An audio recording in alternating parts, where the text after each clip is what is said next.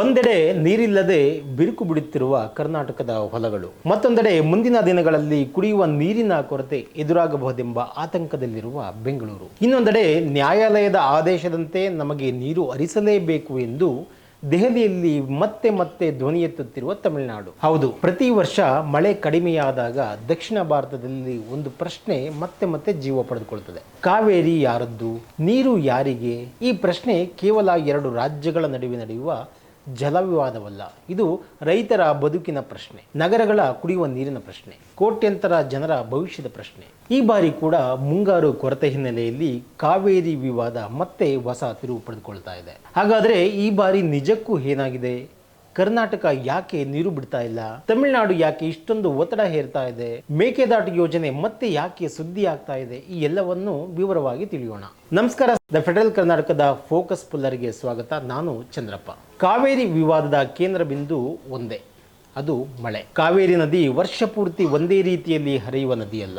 ಕೊಡಗು ಜಿಲ್ಲೆಯ ಪಶ್ಚಿಮ ಘಟ್ಟಗಳಲ್ಲಿ ಸುರಿಯುವ ಮುಂಗಾರು ಮಳೆಯೇ ಕಾವೇರಿಗೆ ಜೀವ ತುಂಬುತ್ತದೆ. ಕೊಡಗು ಜಿಲ್ಲೆಯ ಪಶ್ಚಿಮ ಘಟ್ಟಗಳಲ್ಲಿ ಸುರಿಯುವ ಮುಂಗಾರು ಮಳೆಯೇ ಕಾವೇರಿಗೆ ಜೀವ ತುಂಬುತ್ತದೆ. ತಲಕಾವೇರಿಯಲ್ಲಿ ನದಿ ಹುಟ್ಟಿದರೂ ಅದನ್ನು ದೊಡ್ಡ ನದಿಯನ್ನಾಗಿ ಮಾಡುವ ಶಕ್ತಿ ಕೊಡಗಿನ ಕಾಡುಗಳು, ಬೆಟ್ಟಗಳು ಮತ್ತು ಮಳೆಯದ್ದು. ಆದರೆ ಈ ಬಾರಿ ಮುಂಗಾರು ನಿರೀಕ್ಷೆಯಂತೆ ಸುರಿದಿಲ್ಲ. ಕರ್ನಾಟಕದ ಬಹುತೇಕ ಕಾವೇರಿ ಜಲಾನಯನ ಪ್ರದೇಶಗಳಲ್ಲಿ ಮಳೆ ಕೊರತೆ ದಾಖಲಾಗಿದೆ. ಅದರ ಪರಿಣಾಮವಾಗಿ ಕೆಆರ್ಎಸ್, ಕಬಿನಿ, ಹಾರಂಗಿ ಮತ್ತು ಹೇಮಾವತಿ ಜಲಾಶಯಗಳಿಗೆ ಹರಿದು ಬರುತ್ತಿರುವ ನೀರಿನ ಪ್ರಮಾಣ ಕಡಿಮೆಯಾಗಿದೆ. ಜಲಾಶಯಗಳು ತುಂಬದೇ ಇದ್ದರೆ ಸಮಸ್ಯೆ ಕೇವಲ ರೈತರಿಗೆ ಮಾತ್ರವಲ್ಲ, ನಗರಗಳಿಗೂ ಶುರುವಾಗ್ತದೆ. ಬಹಳ ಜನರಿಗೆ ಒಂದು ತಪ್ಪು ಕಲ್ಪನೆ ಇದೆ, ಕಾವೇರಿ ಎಂದರೆ ಮಂಡ್ಯ, ಮೈಸೂರು ರೈತರಿಗಷ್ಟೇ ಸಂಬಂಧಿಸಿದೆ ಎಂದು. ಆದರೆ ಅದು ಸತ್ಯವಲ್ಲ. ಇಂದು ಬೆಂಗಳೂರಿನ ಕೋಟ್ಯಾಂತರ ಜನರು ಕುಡಿಯುತ್ತಿರುವ ನೀರಿನ ಬಹುಪಾಲು ಕಾವೇರಿಯಿಂದಲೇ ಬರುತ್ತೆ. ಪ್ರತಿದಿನ ಸಾವಿರಾರು ಮಿಲಿಯನ್ ಲೀಟರ್ ನೀರನ್ನು ಪಂಪ್ ಮಾಡಿ ಬೆಂಗಳೂರಿಗೆ ತಲುಪಿಸಲಾಗ್ತಾ ಇದೆ. ನಗರದ ಜನಸಂಖ್ಯೆ ನಿರಂತರವಾಗಿ ಹೆಚ್ಚುತ್ತಾ ಇದೆ.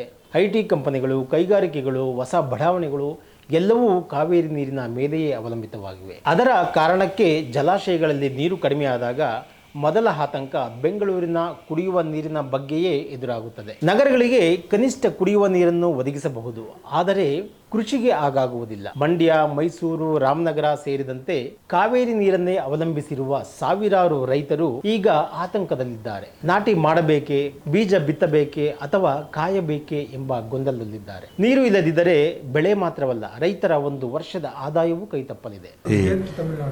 In Kaveri Water Management Authority, you know very well, our representative will be there. Tamil Nadu representative will be in the board, and Pondicherry representative will be in the board. Every month meeting will be held in Delhi. The Kaveri Water Management will take decision, appropriate decision. It depends upon the water availability of water. He know better things, all these things. ಇದೀಗ ಕಾವೇರಿ ನದಿ ನೀರು ಹಂಚಿಕೆಯಲ್ಲಿ ತಮಿಳುನಾಡಿನ ವಾದವನ್ನು ನೋಡೋಣ. ಅಲ್ಲಿನ ಸರ್ಕಾರ ಹೇಳುತ್ತಿರುವುದು ತುಂಬಾ ಸ್ಪಷ್ಟ. ಕಾವೇರಿ ಜಲವಿವಾದ ನ್ಯಾಯಾಧೀಕರಣ ಮತ್ತು ಸುಪ್ರೀಂ ಕೋರ್ಟ್ ನೀಡಿರುವ ಅಂತಿಮ ತೀರ್ಪಿನ ಪ್ರಕಾರ ಕರ್ನಾಟಕ ನಿಗದಿತ ಪ್ರಮಾಣದ ನೀರನ್ನ ತಮಿಳುನಾಡಿಗೆ ಬಿಡಲೇಬೇಕು.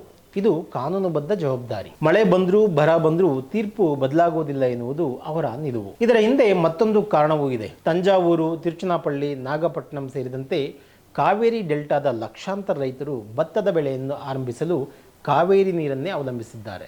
Our Honorable Supreme Court passed an order that every month Karnataka must release water to the Tamil Nadu. January, February, March, April, May, for the five months. Every month they must release 2.5 DMC water. In June, they must release 9.19 DMC water. July, 31.24 DMC water. So far, the Karnataka has not released a single DMC water to Tamil Nadu.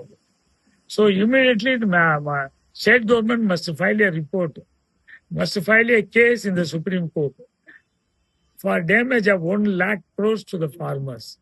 ನೀರು ತಡವಾದರೆ ಅಲ್ಲಿಯ ಕೃಷಿ ಸಂಕಷ್ಟಕ್ಕೆ ಸಿಲುಕುತ್ತದೆ. ಆದರೆ ಇದಕ್ಕೆ ಕರ್ನಾಟಕ ಹೇಳುತ್ತಿರುವುದು ಬೇರೆ. ರಾಜ್ಯದಲ್ಲಿ ಮುಂಗಾರು ಕೊರತೆಯಾಗಿದೆ, ಜಲಾಶಯಗಳಲ್ಲಿ ಸಾಕಷ್ಟು ನೀರಿಲ್ಲ. ಮೊದಲು ರಾಜ್ಯದ ಜನರಿಗೆ ಕುಡಿಯುವ ನೀರು ಒದಗಿಸಬೇಕು, ನಂತರ ಕೃಷಿಗೆ ನೀರು ನೀಡಬೇಕು. ಇದಾದ ನಂತರ ಉಳಿದರೆ ಮಾತ್ರ ನೀರು ಹರಿಸಲು ಸಾಧ್ಯ. ಇದೇ ಕರ್ನಾಟಕದ ವಾದ. ಇನ್ನೊಂದು ಪ್ರಮುಖ ವಿಚಾರ ಅಂದರೆ, ಕರ್ನಾಟಕ ಹಲವು ವರ್ಷಗಳಿಂದ ಸಂಕಷ್ಟ ಹಂಚಿಕೆ ಸೂತ್ರವನ್ನು ವೈಜ್ಞಾನಿಕವಾಗಿ ಜಾರಿಗೆ ತರಬೇಕು ಎಂದು ಒತ್ತಾಯಿಸ್ತಾ ಇದೆ. ಮಳೆ ಕಡಿಮೆಯಾದರೆ ಎರಡೂ ರಾಜ್ಯಗಳು ಸಮಾನವಾಗಿ ಸಂಕಷ್ಟ ಹಂಚಿಕೊಳ್ಳಬೇಕು, ಒಂದು ರಾಜ್ಯ ಮಾತ್ರ ಸಂಪೂರ್ಣ ನೀರು ಬಿಡಬೇಕು ಎನ್ನುವುದು ನ್ಯಾಯವಲ್ಲ ಎಂದು ಹೇಳ್ತಾ ಇದೆ. ಇತ್ತೀಚೆಗೆ ನವದೆಹಲಿಯಲ್ಲಿ ಕಾವೇರಿ ನೀರು ನಿಯಂತ್ರಣ ಸಮಿತಿ ಮತ್ತು ಕಾವೇರಿ ನೀರು ನಿರ್ವಹಣಾ ಪ್ರಾಧಿಕಾರದ ಸಭೆಗಳು ನಡೆದವು. ಎರಡೂ ರಾಜ್ಯಗಳು ತಮ್ಮ ತಮ್ಮ ವಾದ ಮಂಡಿಸಿದರು. ಕರ್ನಾಟಕ ಜಲಾಶಯಗಳ ನೀರಿನ ಮಟ್ಟ, ಮಳೆ ಕೊರತೆ ಮತ್ತು ಕುಡಿಯುವ ನೀರಿನ ಅಗತ್ಯವನ್ನು ವಿವರಿಸಿತು. ಅದೇ ರೀತಿ ತಮಿಳುನಾಡು ಸುಪ್ರೀಂ ಕೋರ್ಟ್ ಆದೇಶ ಪಾಲನೆಗೆ ಒತ್ತಾಯಿಸಿತು. ಸದ್ಯಕ್ಕೆ ಯಾವುದೇ ಹೊಸ ನೀರು ಬಿಡುಗಡೆ ಆದೇಶ ಹೊರಬಂದಿಲ್ಲ. ಇದು ಕರ್ನಾಟಕಕ್ಕೆ ತಾತ್ಕಾಲಿಕ ನೆಮ್ಮದಿ ನೀಡಿದರೂ ವಿವಾದ ಮಾತ್ರ ಅಂತ್ಯವಾಗಿಲ್ಲ. ತಮಿಳುನಾಡು ಮುಂದಿನ ಕಾನೂನು ಹೋರಾಟದ ಸೂಚನೆಯನ್ನು ಕೂಡ ಇಲ್ಲಿ ಕೊಟ್ಟಿದೆ. ಕಾವೇರಿ ವಿವಾದ ಬಂದಾಗಲೆಲ್ಲ ಒಂದು ಹೆಸರು ಮತ್ತೆ ಮತ್ತೆ ಕೇಳಿ ಬರ್ತಾ ಇದೆ, ಅದು ಮೇಕೆದಾಟು. ಕರ್ನಾಟಕದ ವಾದದ ಪ್ರಕಾರ ಮೇಕೆದಾಟುವಿನಲ್ಲಿ ಸಮತೋಲಿತ ಜಲಾಶಯ ನಿರ್ಮಿಸಿದರೆ ಹೆಚ್ಚುವರಿ ಮಳೆಯ ನೀರನ್ನು ಸಂಗ್ರಹಿಸಬಹುದು. ಇದರಿಂದ ಬೆಂಗಳೂರಿನ ಕುಡಿಯುವ ನೀರಿನ ಸಮಸ್ಯೆಗೆ ದೀರ್ಘಕಾಲದ ಪರಿಹಾರ ಸಿಗಲಿದೆ. ಜೊತೆಗೆ ಸುಮಾರು 400 ಮೆಗಾವ್ಯಾಟ್ ಜಲವಿದ್ಯುತ್ ಉತ್ಪಾದನೆಯ ಸಾಧ್ಯತೆಯನ್ನು ಸರ್ಕಾರ ಉಲ್ಲೇಖಿಸಿದೆ. ಬರದ ಸಮಯದಲ್ಲೂ ಸಂಗ್ರಹಿಸಿದ ನೀರನ್ನು ನಿಯಂತ್ರಿತವಾಗಿ ಬಿಡುಗಡೆ ಮಾಡಿ ತಮಿಳುನಾಡಿನ ಪಾಲಿನ ನೀರನ್ನು ನೀಡುವುದಕ್ಕೆ ಸಾಧ್ಯವಾಗುತ್ತೆ ಅನ್ನೋದು ಕರ್ನಾಟಕದ ವಾದ. Status. There is no inflow of water in Kaveri Basin, so there is no question of releasing water to Tamil Nadu. Therefore, the demand of Tamil Nadu to release the water is totally illegal and totally unwanted, uncalled for.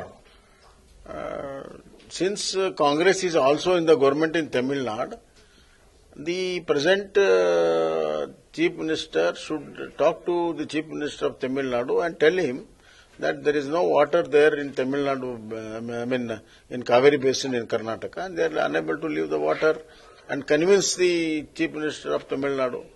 Why can't he do it? ಆದರೆ ತಮಿಳುನಾಡು ಇದನ್ನು ಒಪ್ಪುವುದಿಲ್ಲ. ಅಲ್ಲಿನ ಸರ್ಕಾರದ ಆತಂಕ ಏನೆಂದರೆ, ಮೇಲ್ಭಾಗದಲ್ಲಿ ದೊಡ್ಡ ಜಲಾಶಯ ನಿರ್ಮಾಣವಾದರೆ ನೀರಿನ ಹರಿವು ಕರ್ನಾಟಕದ ನಿಯಂತ್ರಣಕ್ಕೆ ಬರಲಿದೆ. ಭವಿಷ್ಯದಲ್ಲಿ ತಮ್ಮ ಪಾಲಿನ ನೀರು ಕಡಿಮೆಯಾಗುವ ಅಪಾಯವೂ ಎದುರಾಗಬಹುದು. ಇನ್ನು ಕಾವೇರಿ ವಿವಾದದ ಇತಿಹಾಸ ನೋಡೋದಾದರೆ, ಈ ವಿವಾದ ಇವತ್ತಿನದಲ್ಲ. 1892 ಮತ್ತು 1924ರ ಒಪ್ಪಂದಗಳಿಂದ ಆರಂಭವಾದ ಭಿನ್ನಾಭಿಪ್ರಾಯ ದಶಕಗಳ ಕಾಲ ಮುಂದುವರೆದಿದೆ. 1990ರಲ್ಲಿ ಕಾವೇರಿ ನ್ಯಾಯಾಧೀಕರಣ ರಚನೆಯಾಯಿತು. 2007ರಲ್ಲಿ ಅಂತಿಮ ತೀರ್ಪು ಕೂಡ ಪ್ರಕಟವಾಯಿತು. 2018ರಲ್ಲಿ ಸುಪ್ರೀಂ ಕೋರ್ಟ್ ಅಂತಿಮ ತೀರ್ಪು ಕೂಡ ಕೊಡ್ತು. ಅದರ ನಂತರ ಕಾವೇರಿ ನೀರು ನಿರ್ವಹಣಾ ಪ್ರಾಧಿಕಾರ ಮತ್ತು ಕಾವೇರಿ ನೀರು ನಿಯಂತ್ರಣಾ ಸಮಿತಿಗಳನ್ನು ರಚಿಸಲಾಯಿತು. ಆದರೂ ಪ್ರತಿ ವರ್ಷ ಮಳೆ ಕಡಿಮೆಯಾದಾಗ ಇದೇ ವಿವಾದ ಮತ್ತೆ ಮತ್ತೆ ಮರುಕಳಿಸ್ತಾ ಇದೆ. ಹಾಗಾದರೆ ಇದಕ್ಕೆ ಶಾಶ್ವತ ಪರಿಹಾರ ಏನು? ತಜ್ಞರ ಅಭಿಪ್ರಾಯದ ಪ್ರಕಾರ ಕೇವಲ ನ್ಯಾಯಾಲಯದ ಆದೇಶಗಳಿಂದ ಸಮಸ್ಯೆ ಮುಗಿಯುವುದಿಲ್ಲ. ವಾಸ್ತವಿಕ ಮಳೆ, ಜಲಾಶಯಗಳ ನೀರಿನ ಮಟ್ಟ, ಕುಡಿಯುವ ನೀರಿನ ಅಗತ್ಯ ಮತ್ತು ಕೃಷಿಯ ಅವಶ್ಯಕತೆಯನ್ನು ಆಧರಿಸಿ ಪಾರದರ್ಶಕವಾದ ಸಂಕಷ್ಟ ಹಂಚಿಕೆ ಸೂತ್ರ ರೂಪಿಸಬೇಕು. ಜಲಾಶಯಗಳ ಮಾಹಿತಿಯನ್ನು ರಿಯಲ್ ಟೈಮ್ನಲ್ಲಿ ಸಾರ್ವಜನಿಕರಿಗೆ ಲಭ್ಯವಾಗುವಂತೆ ಮಾಡಬೇಕು. ಕಡಿಮೆ ನೀರು ಬೇಕಾಗುವ ಬೆಳೆಗಳತ್ತ ಎರಡೂ ರಾಜ್ಯಗಳಲ್ಲೂ ಕ್ರಮೇಣ ಬದಲಾವಣೆ ತರಬೇಕು. ಮಳೆ ನೀರು ಸಂಗ್ರಹಣೆ ಮತ್ತು ಜಲ ಸಂರಕ್ಷಣೆಗೆ ಹೆಚ್ಚಿನ ಒತ್ತು ಕೊಡಬೇಕು. ಇಂತಹ ಕ್ರಮಗಳು ಜಾರಿಗೆ ಬಂದಾಗ ಮಾತ್ರ ಪ್ರತಿ ವರ್ಷ ಇದೇ ಸಂಘರ್ಷ ಮರುಕಳಿಸುವುದನ್ನು ತಡೆಯಬಹುದು. ವೀಕ್ಷಕರೇ, ಕಾವೇರಿ ಇದು ಕೇವಲ ನದಿಯ ಹೆಸರಲ್ಲ, ಕರ್ನಾಟಕ ಮತ್ತು ತಮಿಳುನಾಡಿನ ಜನರ ಭಾವನೆ, ರೈತರ ಬದುಕು, ನಗರಗಳ ಉಸಿರು. ಇದೇ ಕಾರಣಕ್ಕೆ ಕಾವೇರಿ ವಿಚಾರ ಬಂದಾಗ ರಾಜಕೀಯವೂ ಇರುತ್ತದೆ, ಕಾನೂನು ಹೋರಾಟವೂ ಇರಲಿದೆ, ಜೊತೆಗೆ ಭಾವನೆಗಳೂ ಉಕ್ಕುತ್ತವೆ. ಆದರೆ ಅಂತಿಮವಾಗಿ ಪ್ರಶ್ನೆ ಒಂದೇ, ನೀರನ್ನು ಹಂಚಿಕೊಳ್ಳಬೇಕಾ ಅಥವಾ ಸಂಕಷ್ಟವನ್ನು ಹಂಚಿಕೊಳ್ಳಬೇಕಾ ಎಂಬುದು. ಈ ಪ್ರಶ್ನೆಗೆ ಎರಡೂ ರಾಜ್ಯಗಳು ಮತ್ತು ಸಂಬಂಧಿತ ಪ್ರಾಧಿಕಾರಿಗಳು ವೈಜ್ಞಾನಿಕ ಹಾಗೂ ನ್ಯಾಯಸಮ್ಮತ ಉತ್ತರ ಕಂಡುಕೊಂಡ ದಿನವೇ ಕಾವೇರಿ ವಿವಾದಕ್ಕೆ ನಿಜವಾದ ಪರಿಹಾರ ಸಿಗಲಿದೆ. ವೀಕ್ಷಕರೇ, ಇದು ಇವತ್ತಿನ ಫೋಕಸ್ ಪುಲ್ಲರ್. ನಾಳೆ ಹೊಸ ವಿಷಯದೊಂದಿಗೆ ನಿಮ್ಮ ಮುಂದೆ ಬರ್ತೀವಿ. ಅಲ್ಲಿಯವರೆಗೂ the federal Karnataka YouTube follow ಮಾಡಿ, ಸಬ್ಸ್ಕ್ರೈಬ್ ಆಗಿ.